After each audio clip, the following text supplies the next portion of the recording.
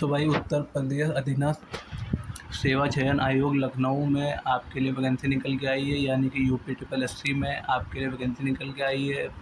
और जो पोस्ट है वो है अग्निरक्षक, यानी कि फायरमैन की पोस्ट पे आपके लिए वैकेंसी निकल के आई है। बात करें इसकी अप्लाई डेट की, तो इसकी जो अप्लाई डेट है 9 जून से स्टार्ट हो गई है, जैसा कि आप यहाँ देख सकते हैं। और जो इसकी लास्ट डेट अप्लाई करने की वो है 29 जून 2026। और इसमें जो आपका अगर कुछ गलत हो जाता है तो उसके लिए वो डेट दी गई संशोधन करने के लिए, वो है 6 जुलाई 2026। तो ये है आपकी अप्लाई डेट और स्टार्टिंग डेट। और तो अगर बात करें इसमें आवेदन शुल्क की कि आपकी कितनी फ़ीस लगने वाली है, तो अगर आप जनरल कैटेगरी से हैं या एससी या एसटी, अगर आप किसी भी कैटेगरी से हैं तो आपकी सेम फ़ीस लगने वाली है 25 रुपये।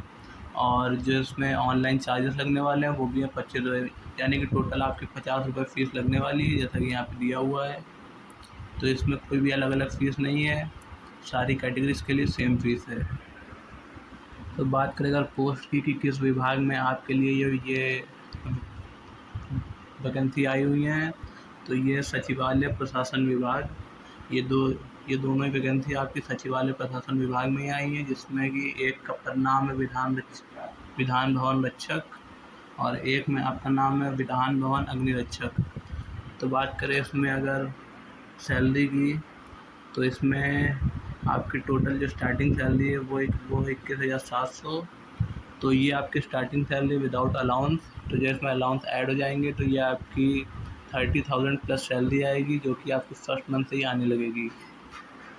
बात करें अगर पोस्ट की कि किसमें आपके लिए किस कैटेगरी में कितनी पोस्ट हैं, तो अगर बात करें जनरल की तो इसमें 51 पोस्ट हैं, एससी की बात करें तो 31 और एसटी की बात करें तो 2, ओबीसी 24 और ईडब्ल्यूएस के लिए 12, यानी कि टोटल इसमें 120 पद हैं, जो कि आपके विधान भवन रक्षक जिसका पद नाम है उसमें।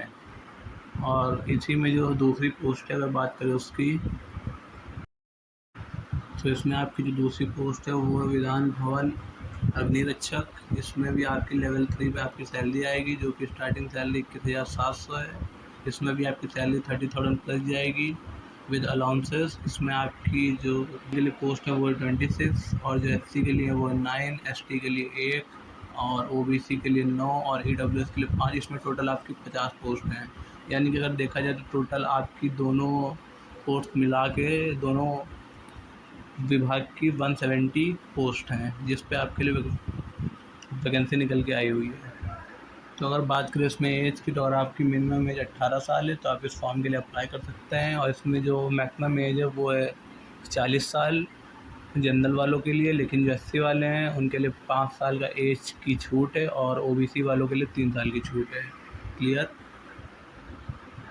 तो यहाँ पे आपकी क्वालिफ़िकेशन दी गई है कि आपकी क्या क्वालिफ़िकेशन होनी चाहिए जिसके लिए आप इस फॉर्म को अप्लाई कर सकते हैं। तो इसमें बहुत ज़्यादा डिटेल में दिया हुआ है कि किस अधिनियम के तहत क्या है। तो मैं आपको शॉर्ट में बता देता हूँ कि अगर आपने पेट का एग्ज़ाम क्लियर किया हुआ है और आप 12 पास है किसी भी यूनिवर्सिटी से, 12 इंटरमीडिएट पास हैं अगर आप, तो आप इस फॉर्म के लिए अप्लाई कर सकते हैं। पर आपको पेट का स्कोर कार्ड होना ज़रूरी है, आपको पेट एग्ज़ाम क्लियर होना ज़रूरी है। तो इसमें जैसे कुछ लोगों को कन्फ्यूज़न होगी कि आपका जो पेट का स्कोर कार्ड है वो कौन सा होना चाहिए। तो आपका 2025 में जो पेट का एग्ज़ाम हुआ था वो आपका क्लियर होना चाहिए, तो वही आपका स्कोर कार्ड चलेगा, उससे पहले का नहीं चलेगा। तो आप जो पेट एग्ज़ाम 2025 में हुआ था उसमें आपका ये स्कोर कार्ड होना चाहिए, आप उसमें क्वालिफ़ाई होनी चाहिए। तो यहाँ पे एज दी गई है, मैंने आपको जैसा कि बताया कि आपकी मिनिमम एज 18 साल होनी चाहिए और मैक्सिमम 40 साल, जिसमें आपको एज की छूट मिलेगी एससी एसटी और ओबीसी वालों को।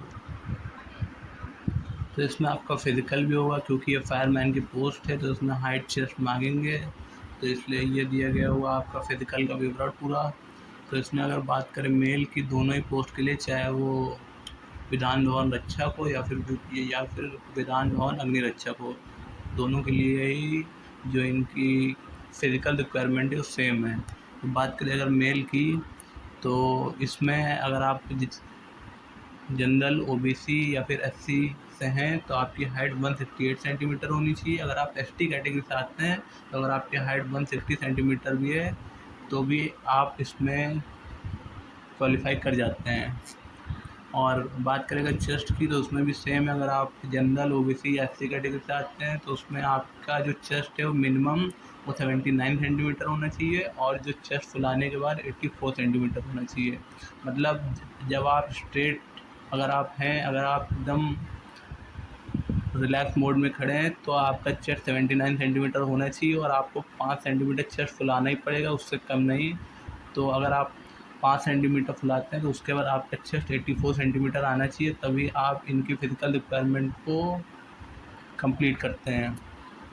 तो ये सिर्फ जनरल, ओबीसी और एससी वालों के लिए। अगर आप एसटी से आते हैं तो अगर आपका चेस्ट 78 सेंटीमीटर भी है, 78 नहीं 77 सेंटीमीटर भी बिना फुलाए, और आपको 5 सेंटीमीटर फुलाना पड़ेगा, तो उसके बाद आपका अगर 82 है तो आप इसके लिए क्वालिफ़ाई कर जाते हैं। मतलब अगर आप सीधा-सीधा ये समझिए कि आपका चेस्ट 79 सेंटीमीटर है तो फुलाने के बाद 84 आना ही आना चाहिए, तभी आप इसके लिए आप क्वालिफ़ाई करते हैं। तो बात करें अगर फ़ीमेल की, तो इसमें अगर जनरल, ओबीसी, एससी से है कोई भी महिला, तो उनकी हाइट तो 52 सेंटीमीटर मांगी गई, यानी कि 152। और अगर वो महिला एसटी कैटेगरी से आती है तो अगर उनकी हाइट 147 सेंटीमीटर भी है तब भी वो क्वालिफ़ाई कर लेंगी। तो इसमें जो महिला हैं उनके लिए वेट कैटेगरी भी रखी गई है, तो उनका मिनिमम वेट 45 किलोग्राम होना चाहिए और मैक्सिमम 58 किलोग्राम, यानी कि 45 से 58 के बीच उनका वेट होना चाहिए। 45 से कम अगर वेट है तो वो इनकी क्वालिफ़िकेशन को क्वालिफ़ाई नहीं कर पाएंगी। तो जो महिलाएं उनके लिए कोई भी चेस्ट के लिए कोई भी नहीं है मेजरमेंट, उनकी सिर्फ हाइट और वेट ही में ही उनको अपना जो फिज़िकल है वो उनको क्वालिफ़ाई करना होगा। तो इसमें एक अच्छी बात ये भी है कि कोई रनिंग नहीं है, इसमें सिर्फ आपकी हाइट और चेस्ट ही मांगा गया है, तो इसके लिए आपको मेहनत करनी पड़ेगी। तो बात करें अगर सिलेबस की कि इसमें क्या सिलेबस होगा, क्या जो एग्ज़ाम होगा वो कैसे होगा, तो इसमें जो एग्ज़ाम होगा वो आपका, उसमें आपके टोटल नंबर ऑफ़ क्वेश्चन 100 आएंगे जैसा कि यहाँ पे दिया हुआ है, और इसमें आपको टाइम मिलेगा 120 मिनट, यानी कि टोटल 2 घंटा, और आपके टोटल नंबर ऑफ़ क्वेश्चन होंगे 100। और इसमें जो एक क्वेश्चन होगा वो 1 नंबर का होगा, और इसमें आपकी नेगेटिव मार्किंग भी है। तो अगर आप 4 क्वेश्चन गलत करते हैं तो आपका 1 नंबर कटता है, और अगर आप 1 क्वेश्चन सही करते हैं तो आपको 1 नंबर मिलेगा, यानी कि इसमें जो नेगेटिव मार्किंग है वो है 1/4, यानी कि 4 क्वेश्चन गलत करने पे आपका 1 नंबर कटेगा।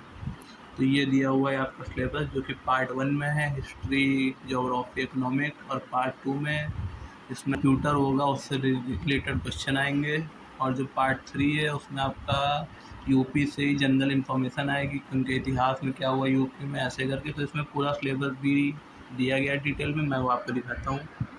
तो यहाँ पे आपका पूरा सिलेबस दिया गया है डिटेल में, जैसा कि आप देख सकते हैं कि हिस्ट्री से क्या पूछा जाएगा डिटेल में, ज्योग्राफी से क्या पूछा जाएगा, इकोनॉमिक्स से क्या पूछा जाएगा, और जनरल साइंस एंड टेक्नोलॉजी से क्या पूछा जाएगा,